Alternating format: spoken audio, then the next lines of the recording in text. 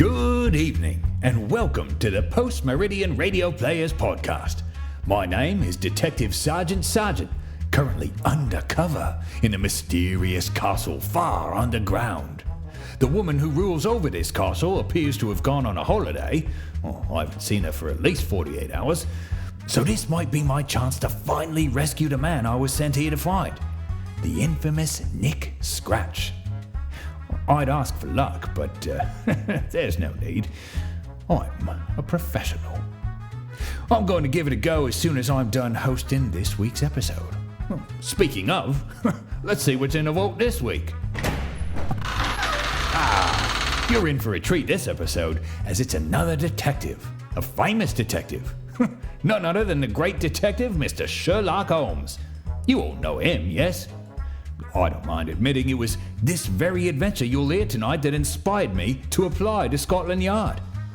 Here now, from the year 2013, is part 1 of the PMRP's adaptation of The Sign of 4.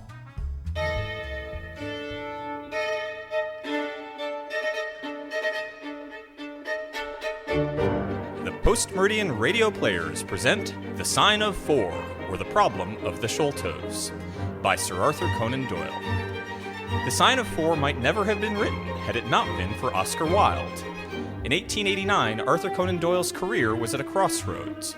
His medical practice was struggling, and his writing had achieved few sales or critical notices. Uncertain of his future, Doyle chanced to meet the infamous Oscar Wilde during a dinner in London. Wilde was encouraging to Doyle, telling him that he had read his most recent novel, Micah Clark, and enjoyed it. His faith in his own abilities restored, Doyle joined Wilde in publishing new novels within the publication Lippincott's Monthly. Wilde's novel was The Portrait of Dorian Gray. Doyle's novel, his second to feature Sherlock Holmes and Dr. Watson, was The Sign of 4. We now take you to Baker Street, late in the year 1888.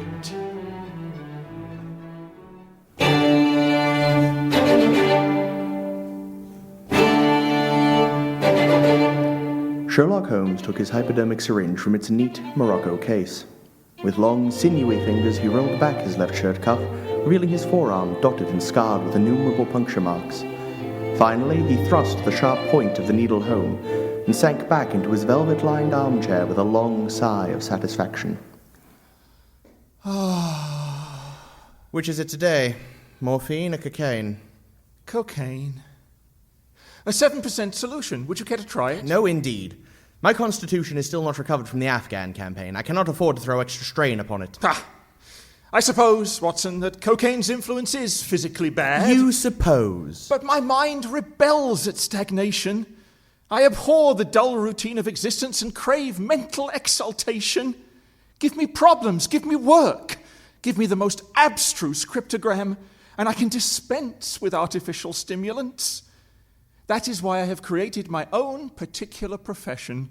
I fancy I am the only one in the world. The only unofficial detective. The only unofficial consulting detective.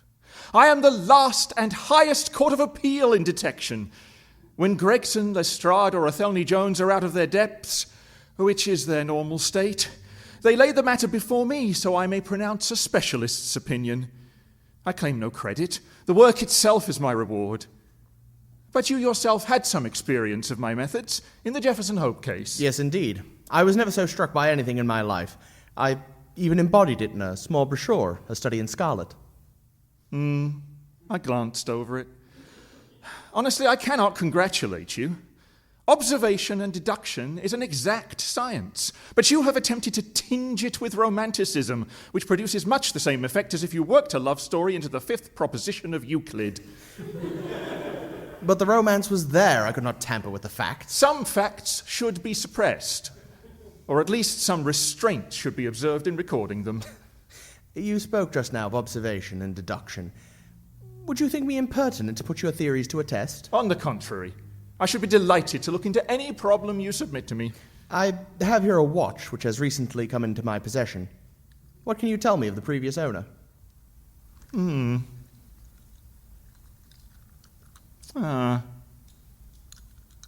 No, there is hardly any data. The watch has been recently cleaned, which robs me of the most suggestive facts. Yes, it was clean before being sent to me. Though unsatisfactory, I should judge that the watch belonged to your elder brother, an untidy man of careless habits.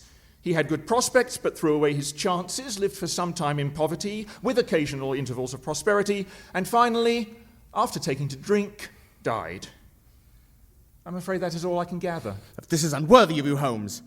I cannot believe that you would make inquiries into the history of my unhappy brother and then pretend to deduce the knowledge in some fanciful way. My dear doctor, pray accept my apologies. Viewing the matter as an abstract problem, I had forgotten how personal it might be to you. I assure you, however, that I never knew you had a brother until I saw the watch. Then how did you know all these facts? They're correct in every particular. I could only say what was probable. Well, but it was not mere guesswork. I never guess. It is a shocking habit. I suppose you deduced it was my brother from the initials on the back, but the rest is fantastic. What seems strange to you is only because you did not follow my train of thought. For example, observe the lower part of the watch case. You will notice that it is cut, marked, and dented in at least 2 places. Surely a man who treats a 50-guinea watch so cavalierly must be a careless man. I see.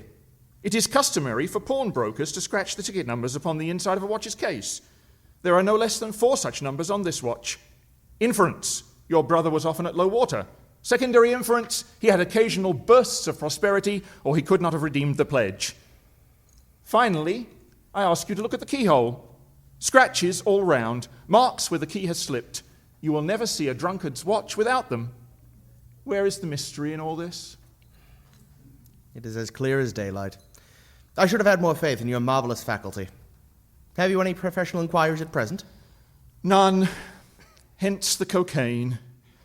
What is the use of having powers, Doctor, when one has no problem upon which to exert them? But there may be hope yet. Come in, Mrs. Hudson. A young lady for you, sir. She left her card. Miss Mary Morstan. Ask the young lady to step up, Mrs. Hudson. Very good, sir. This way, young miss. Miss Morstan was a young lady, small, dainty, well-gloved, and dressed in the most perfect taste. In an experience of women which extends over many nations and 3 separate continents, I have never looked upon a face which gave a clearer promise of a refined and sensitive nature. I could not help but observe, however, that as she took the seat which Sherlock Holmes offered, her lip trembled and she showed every sign of intense inward agitation. I have come to you, Mr. Holmes, because you once assisted my employer, Mrs. Cecil Forrester, with a domestic complication. Mrs. Cecil Forrester? Yes, I believe I was of some service to her. Her case, however, was a simple one. She did not think so. But at least you cannot say the same of mine. I can hardly imagine anything more strange, more utterly inexplicable than my current situation. You intrigue me, Miss Morstan. State your case. If you will excuse me. If your friend would be good enough to stay, he might be of inestimable service to me. Oh, well, very well then. Briefly, the facts are these. My father was a senior captain in an Indian regiment. In the year 1878, he obtained 12 months' leave and came home to see his only child. Upon arrival, he telegraphed me from London and directed me to come down to the Langham Hotel at once. His message, as I remember, was full of kindness and love. The following morning, on reaching the Langham, I was informed that Captain Morstan had gone out the night before and had not returned. From that day to this, no word has been heard of my unfortunate father. He came home with his heart full of hope, and instead... The date?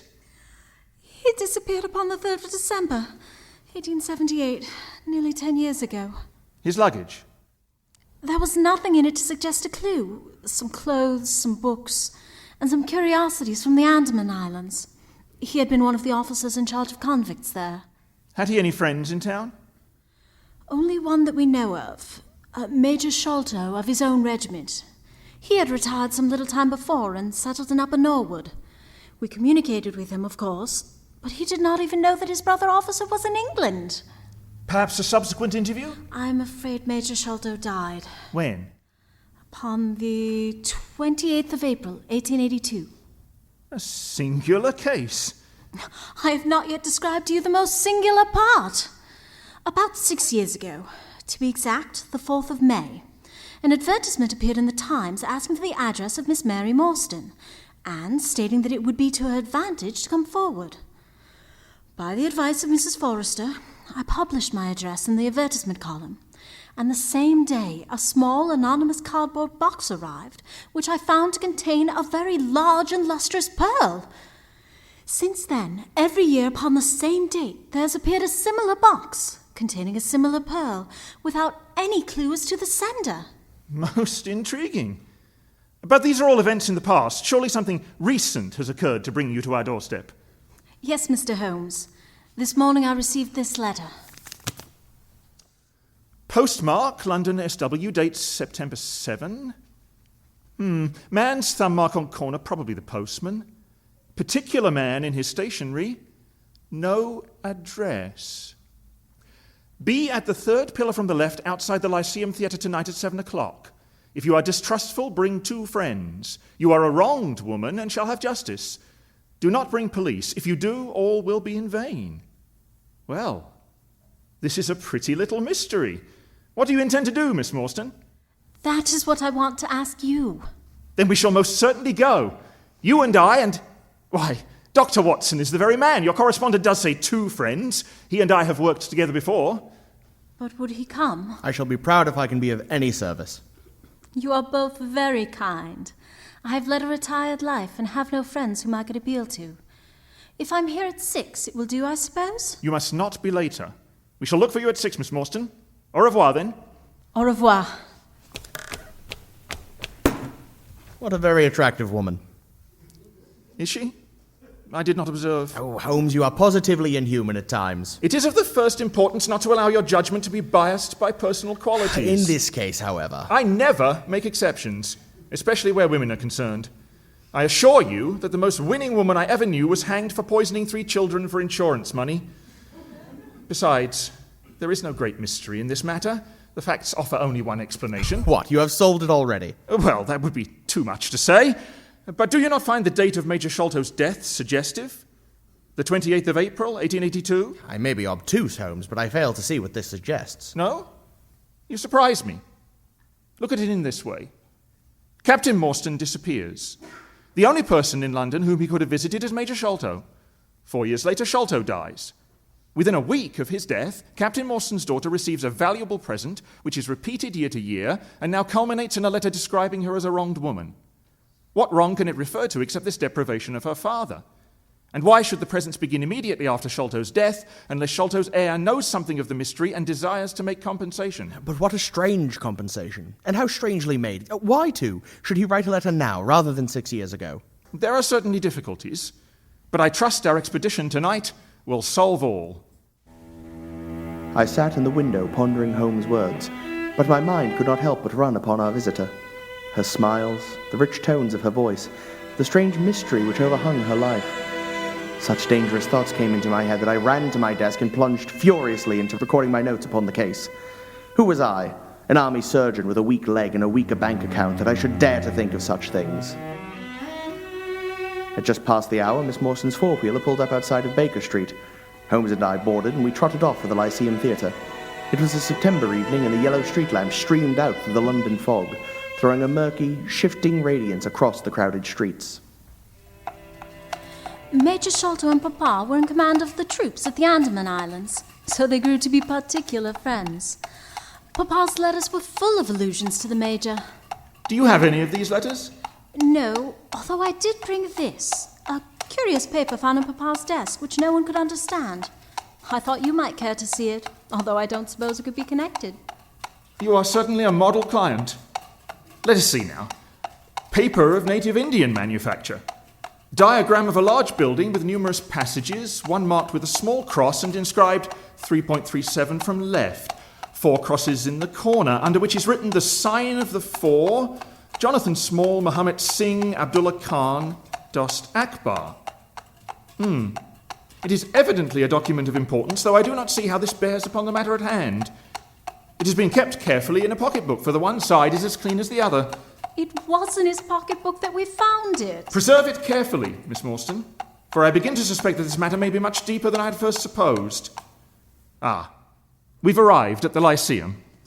At the Lyceum Theatre, the crowds were already thick, and in front a continuous stream of four-wheelers rattled up, discharging their cargoes of shirt-fronted men and beshawled women. We had hardly reached our rendezvous with the third pillar before a small, brisk coachman accosted us. Miss Morstan? I am Miss Morstan. You will excuse me, miss. I must ask your word of honour that neither of your companions is a police officer. You have my word. Very well. If you and your friends would climb aboard. Where are we No going? questions, miss.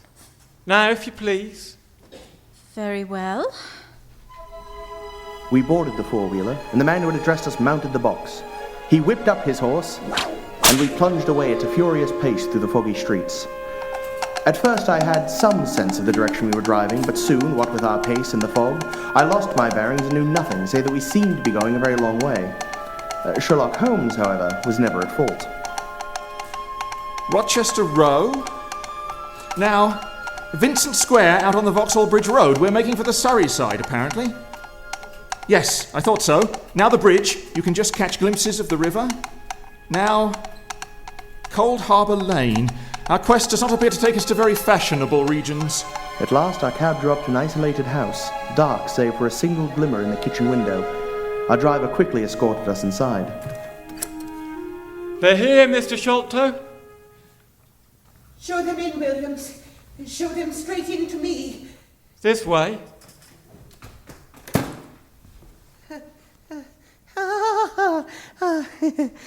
Come in. Your servant, Miss Morstan, your servant, gentlemen. Pray, step into my little sanctum. Mr. Thaddeus Sholto, that is my name. You are Miss Morstan, of course, and these gentlemen.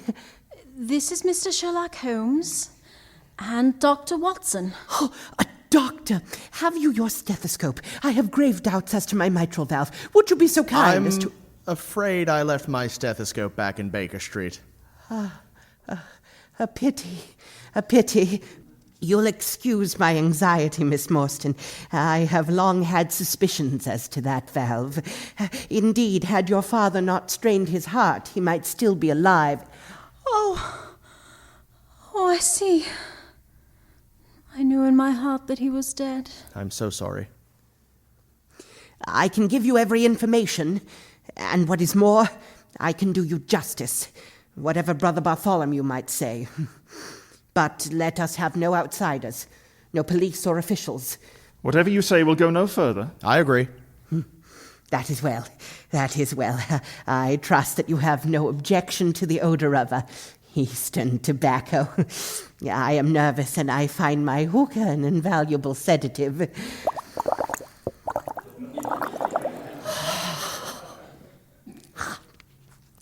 That is better. You will excuse me, Mr. Sholto, but I'm here at your request to learn something which you desire to tell me. It is very late, and I desire our interview to be as short as possible. But we must take some time, for we shall certainly have to go to Norwood and see Brother Bartholomew. He is very angry with me over my letter. I had quite high words with him only last night. There will be time to speak at length in the cab. As Miss Morstan remarked, it is late, and we had best proceed to Norwood without delay. Our cab was waiting outside, and the driver started off at once at a rapid pace. Thaddeus Sholto talked incessantly in a voice which rose high above the rattle of the wheels. My father, as you may have guessed, was Major John Sholto, once of the Indian Army, retired. My brother Bartholomew and I were his only children. We always knew that some mystery, some danger overhung our father, but he would never tell us what it was he feared. He did have the most marked aversion to men with wooden legs. On one occasion, he actually fired his revolver at a wooden-legged man who proved to be naught but a harmless tradesman. My brother and I used to think this a mere whim of my father's, but events have since led us to change our opinion. Early in 1882, my father received a letter from India. Upon opening it, he nearly fainted with fright, and from that day he sickened to his death.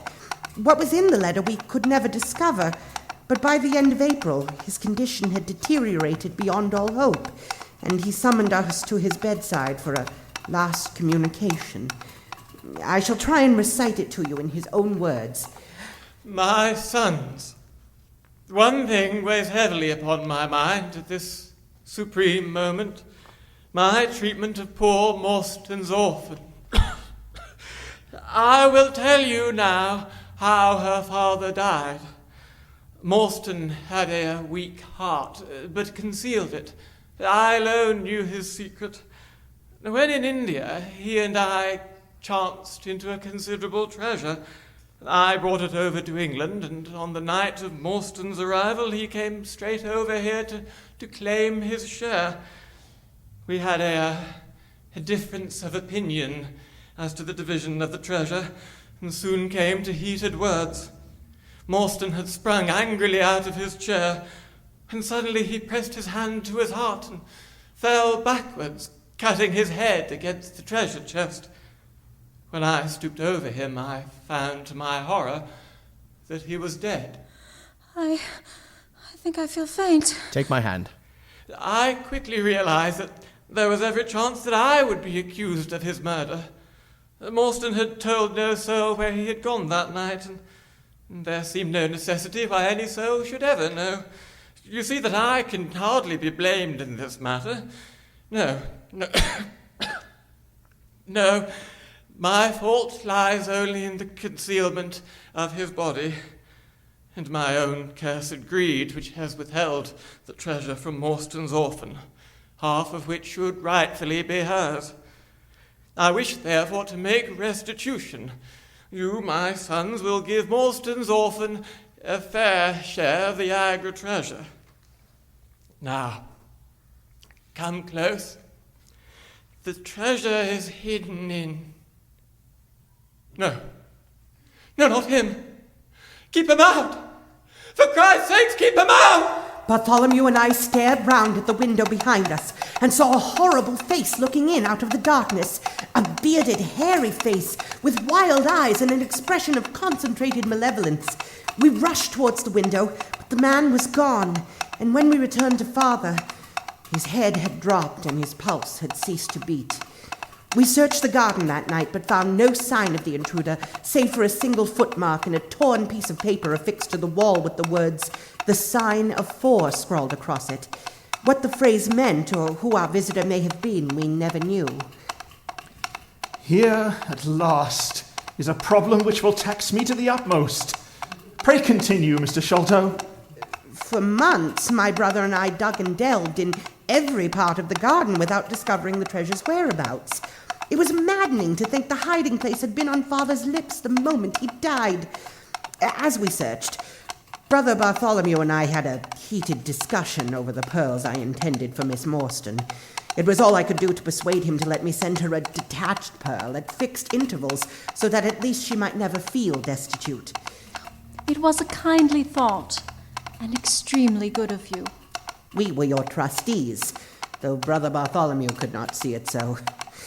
Our difference of opinion went so far that I left Pondicherry Lodge to take up my own rooms, taking old Williams with me. Yesterday, however, an event of extreme importance occurred. The treasure was discovered. I instantly communicated with Miss Morstan, and it only remains for us to drive out to Norwood and demand our share. I explained my plans to Brother Bartholomew last night, so we shall be expected, if not welcome, visitors. You have done well, sir, from first to last. Bartholomew is a clever fellow. He worked out the cubic space of the house and found that the height of the building left 4 feet unaccounted for. He therefore knocked a hole in the ceiling of the highest room, and there, sure enough, stood the treasure chest resting upon 2 rafters. He computes the value of the jewels at not less than £500,000 sterling. My congratulations. You will soon be a rich woman. Thank you. Whoa! Ah, we've arrived. This, Miss Morstan, is Pondicherry Lodge. It was nearly 11 o'clock when we reached Pondicherry Lodge, a desolate place surrounded by high stone walls topped with broken glass. The lodge itself was a huge clump of a house, all plunged in shadow save where a moonbeam glimmered on a high garret window. The vast size of the building, with its gloom and deathly silence, struck a chill to the heart. Our guide knocked upon the wall's single iron-clamped door with a peculiar rat-a-tat. Who is there? It is I, McMurdo. Surely you know my knock by now. That you, Mr. Thaddeus? But who are the others? I had no orders about them from the master. No? But I told my brother last night that I should bring some friends. He ain't been at his room today, Mr. Thaddeus. And you know the regulations. I can let you in, but your friends must stay where they are. This is bad of you, McMurdo. If I guarantee them, that should be enough. The young lady cannot wait on a public road at this hour. Very sorry, Mr. Thaddeus. Folk may be a friend of yours, but I don't know none of them. Oh, yes, you do, McMurdo. Have you forgotten the amateur who fought 3 rounds with you at Allison's rooms 4 years back? Not Mr. Sherlock Holmes. God's truth. If instead of standing here to give me that corset of yours, I'd have known you without question. I am wasted your gifts you have. You would have done well if you had joined the fancy. You see, Watson, if all else fails, I still have one profession open to me. In you come, sir. You and your friends. Very sorry, Mr. Thaddeus, but I had to be certain before I let them in. On your way now, Girl Path takes you to the main house. What a strange place. It looks as though all the moles in England had been let loose upon the yard. Remember that they were 6 years looking for the treasure. No wonder the grounds resemble a gravel pit. That is Bartholomew's window up where the moonlight strikes. Yet there must be some mistake. I distinctly told Bartholomew we should be here, but there is no light from within. None. But hush. What is that? It is Mrs. Burnstone, the housekeeper. She is the only woman in the house. Oh, Mr. Thaddeus, sir, come in. I'm so glad you have come, Mr. Thaddeus, sir. Wait here. I shall be back in a moment. Our guide left us the lantern, and Holmes swung it slowly round, peering keenly at the great rubbish heap which cumbered the grounds. Miss Morstan and I stood together, and her hand was in mine. A wondrous subtle thing is love, for here were we two who had never seen each other before that day, and yet now in an hour of trouble our hands instinctively sought each other. It seemed the most natural thing in the world. We stood hand in hand like 2 children, and there was peace in our hearts for all the dark that surrounded us. Mr. Holmes! Mr. Holmes, come quickly. What is it? There is something amiss with Bartholomew. I am frightened. My nerves cannot stand it. Master locked himself in his room and will not answer me. I feared something was amiss, so he peeped through the keyhole. Oh, Mr. Thaddeus, I have seen Mr. Bartholomew in joy and in sorrow, but I never saw him with such a face as that. You poor woman. You gentlemen go ahead. I will stay here to comfort her. Very well. Lead the way, Mr. Sholto. Bartholomew's room is the 3rd on the right. No answer. And locked besides. There's something devilish in this. The door must come down. Watson, help me. Put your shoulder to it. 1. 2. Dear God. Moonlight was streaming into Bartholomew Sholto's chambers, which appeared to be a chemical laboratory. The table was littered with Bunsen burners and test tubes. In the corner stood carboys of acid, one of which appeared to have broken, for a stream of dark-coloured liquid trickled out onto the floor. A ladder stood under an opening in the ceiling, and at the foot a long coil of rope had been carelessly thrown together. In the wooden armchair sat Bartholomew Sholto with his head sunk upon his shoulder, his features and limbs twisted in a most unnatural fashion. Oh dear. I'm afraid he's been dead some hours. His body is stiff and cold. Oh dear. Watson, this instrument on his side table.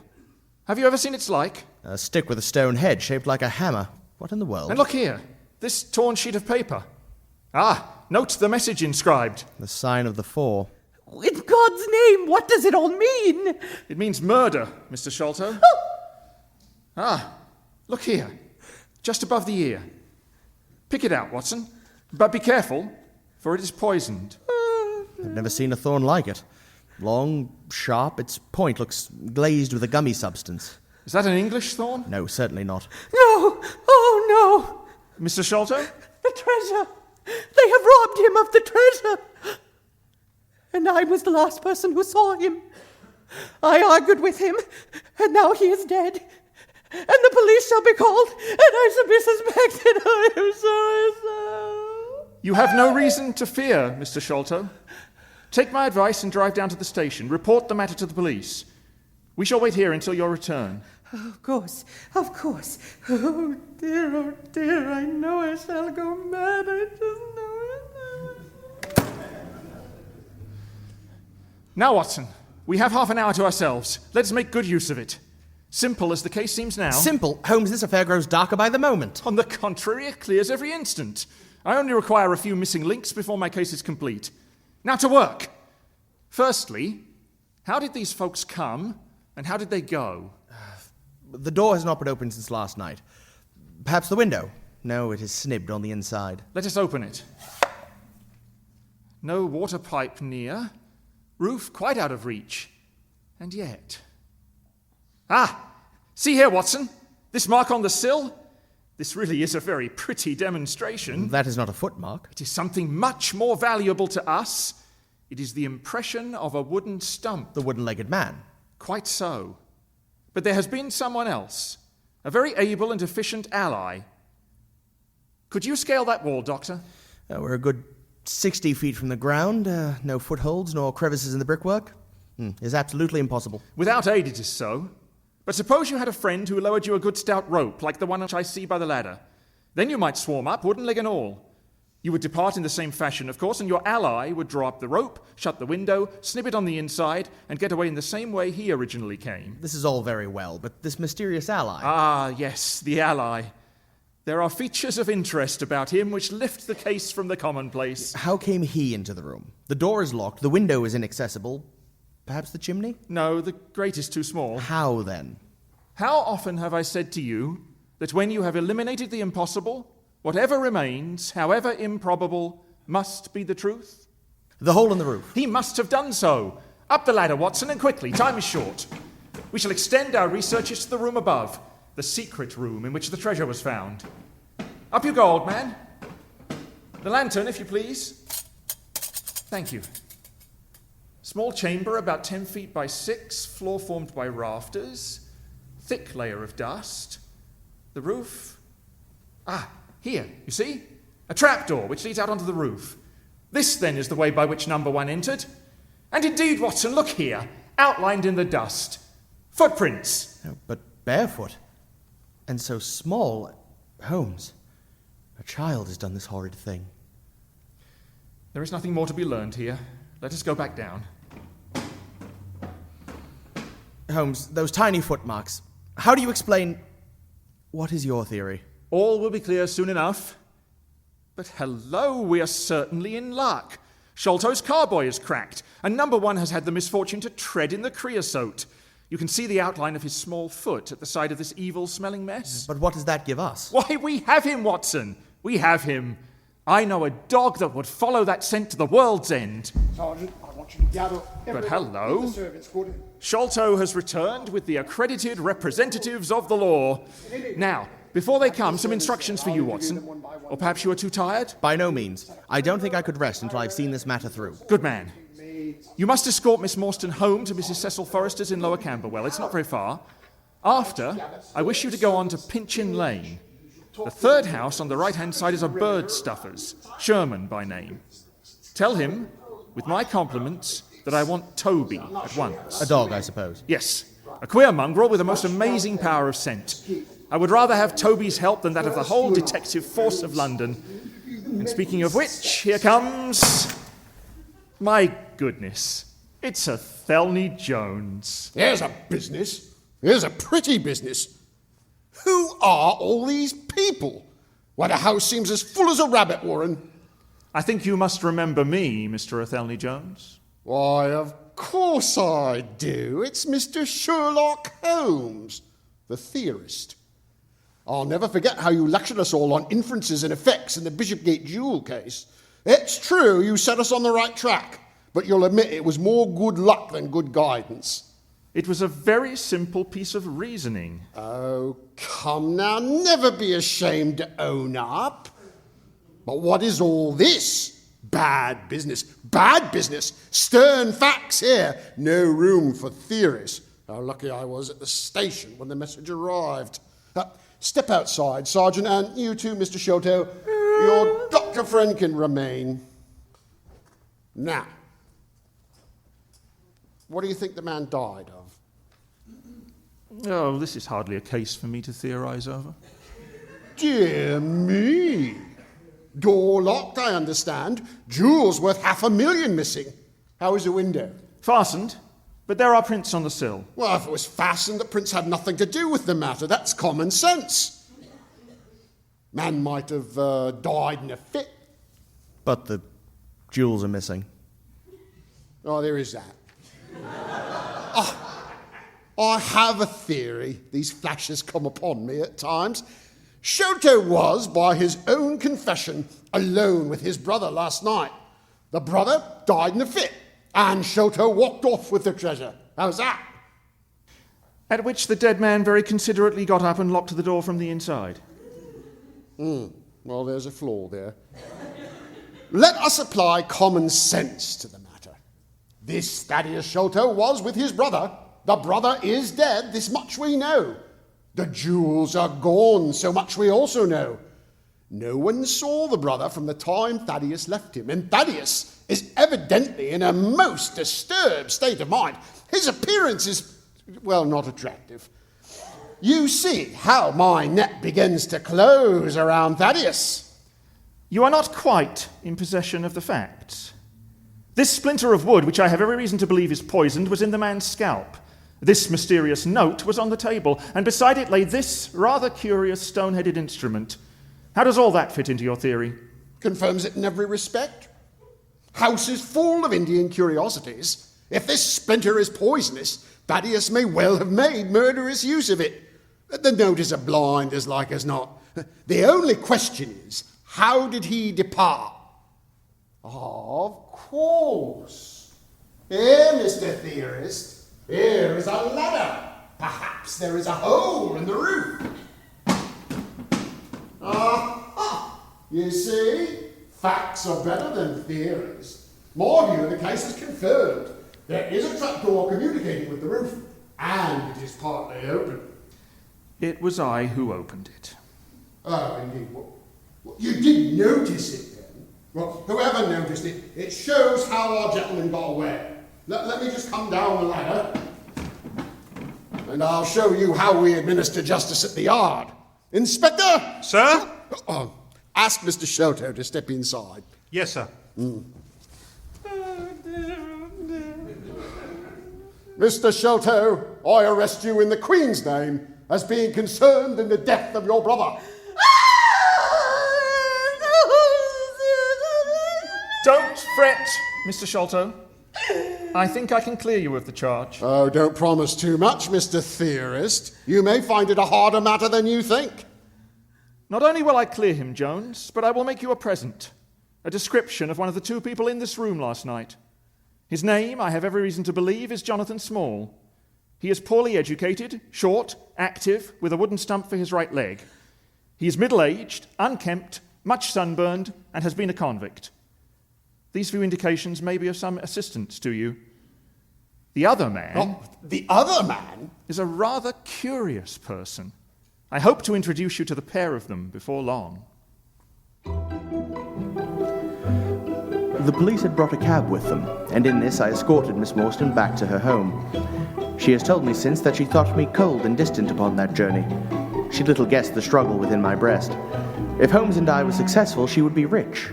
Was it fair, was it honourable that a half-pay surgeon take advantage of an intimacy brought about by chance? This Agra treasure intervened like an impassable barrier between us. It was nearly 2 o'clock when we reached Mrs. Cecil Forrester's. I was introduced and then departed, promising to call and report any progress we might make with the case. Pinchin Lane was a row of shabby 2-storied brick houses in the lower quarter of Lambeth. I had to knock for some time at number 3 before a face looked out the upper window. Go on, you drunken vagabond! You kick up any more row, and I'll open the kennels and let out 43 dogs upon you. I want just one. I won't be argued with. Now stand clear. For when I say 3, it commands. Mr. Sherlock Holmes is... Mr. Holmes, just a moment. A friend of Mr. Sherlock is always welcome. Step in, sir. Thank you. Keep clear of the badger, sir, for he bites. Naughty, Mr. Stoat. Would you take a nip at the gentleman? Don't mind that, sir. He's only the slow one. I got no fangs, so I gives it the run of the room, but it keeps the beetles down. Now, what was it that Mr. Sherlock wanted, sir? He wanted a dog of yours. Ah, that would be Toby. Yes. Toby was the name. Toby lives in number 7 on the left. Out you go, Toby. Roof! Oh. What a stout, lop-eared creature. I feed him a cube of sugar. Carefully now. Here you go, boy. Roof! There you go. You made a friend for life. Having thus sealed our alliance, Toby made no difficulties about accompanying me back to Pondicherry Lodge. The palace clock had just struck 3 when I returned. I found Sherlock Holmes perched upon the roof, seated at one of the corner eaves and smoking his pipe. That you, Watson? Yes. Ah, you have Toby there. Good dog. Athelney Jones has gone and taken most of the staff with him. He's arrested not only friend Thaddeus, but the gatekeeper, the housekeeper, and the Indian servant. We have the place to ourselves, but for a sergeant upstairs. Holmes, what are you doing up there? This is the place the fellow entered the house, although I'm at a loss as to how he clambered up here. But what is that black thing down there? A water barrel. No sign of a ladder? No. Confound the fellow. It's a most breakneck place. I ought to be able to come down where he could climb up.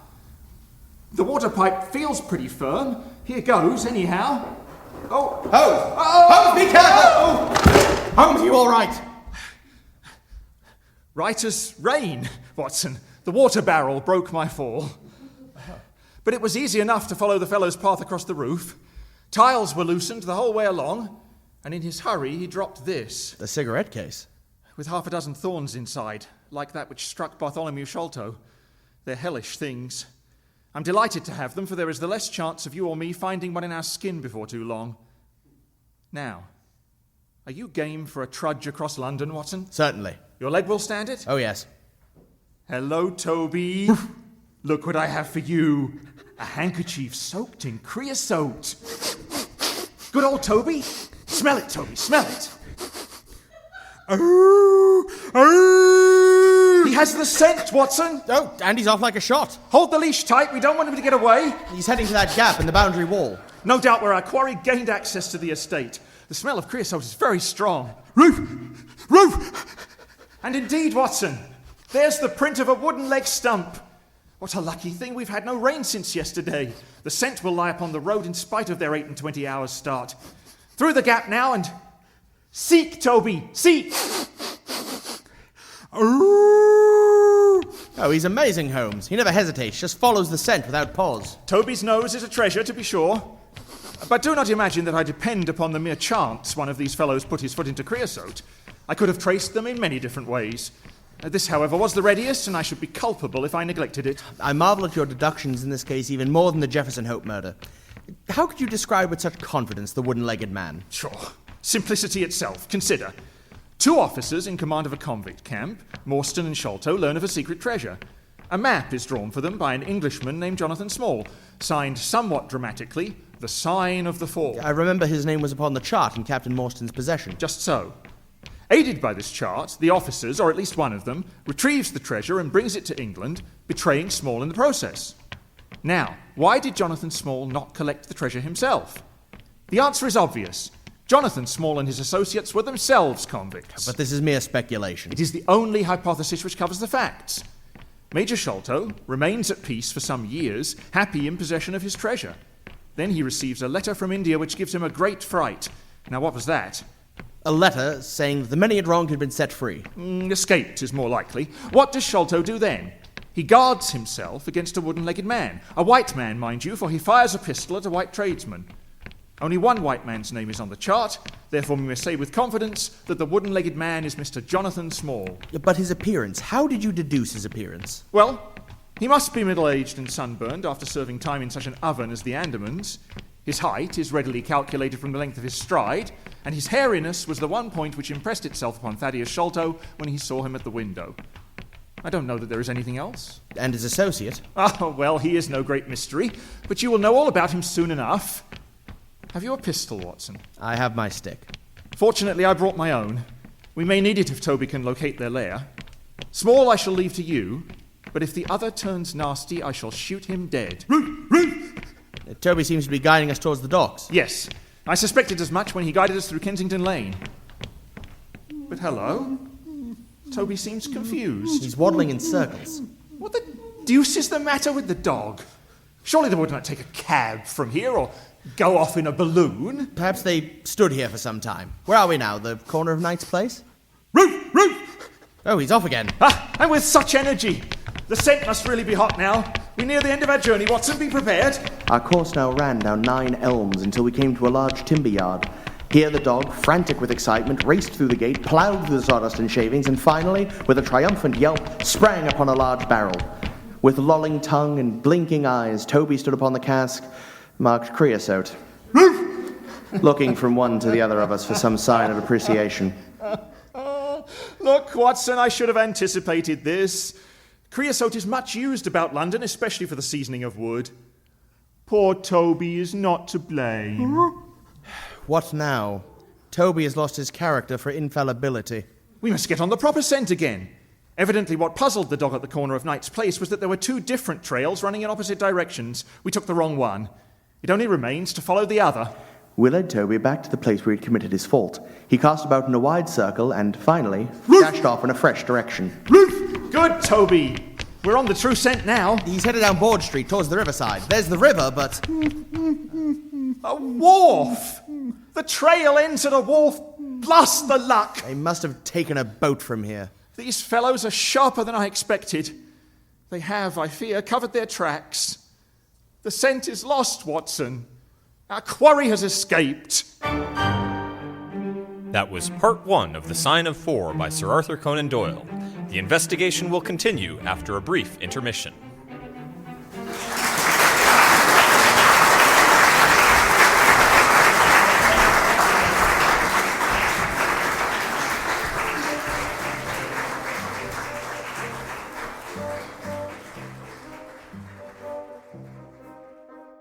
In 2 weeks, we'll see if Sherlock Holmes and Dr. Watson can clear up this baffling mystery. If I were a betting man, which I'm not, I'd put money on Holmes unmasking the villain. But we shall see. If you like what you hear, you can check out more about the PMRP, including upcoming performances and auditions, at their website, pmrp.org, or their Bandcamp store, pmrp.bandcamp.com. Every purchase helps to support the PMRP. And please, support this podcast by giving us a review or recommend it to your friends. Until next time, this is Detective Sergeant signing off. And always remember, where there's danger or a mystery to be uncovered, never fear, I'll be on the case. This has been a production of the Post Meridian Radio Players. Copyright 2025. All rights reserved. For more information about our group, please visit www.pmrp.org.